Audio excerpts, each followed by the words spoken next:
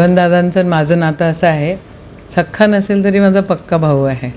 आणि खऱ्या अर्थानं सामाजिक समतोल, राजकारण, वैयक्तिक आयुष्य याच्यामध्ये आम्ही सगळेजणं कुटुंब म्हणून राहतो आणि कुटुंब म्हणूनच सगळे सण साजरे करतो.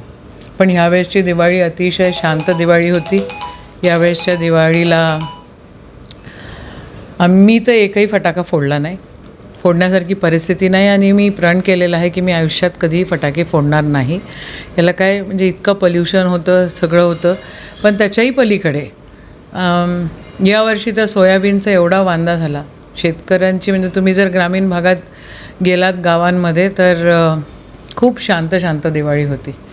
देवाला हीच प्रार्थना आहे की बळीराजा सुखाव, बळीराजाचे चांगले दिवस येऊ आणि आपल्या देशामध्ये एकता, आपल्या देशामध्ये बंधुभाव हा नेहमीसाठी राहो आणि आपण सगळे सुखानं राहू.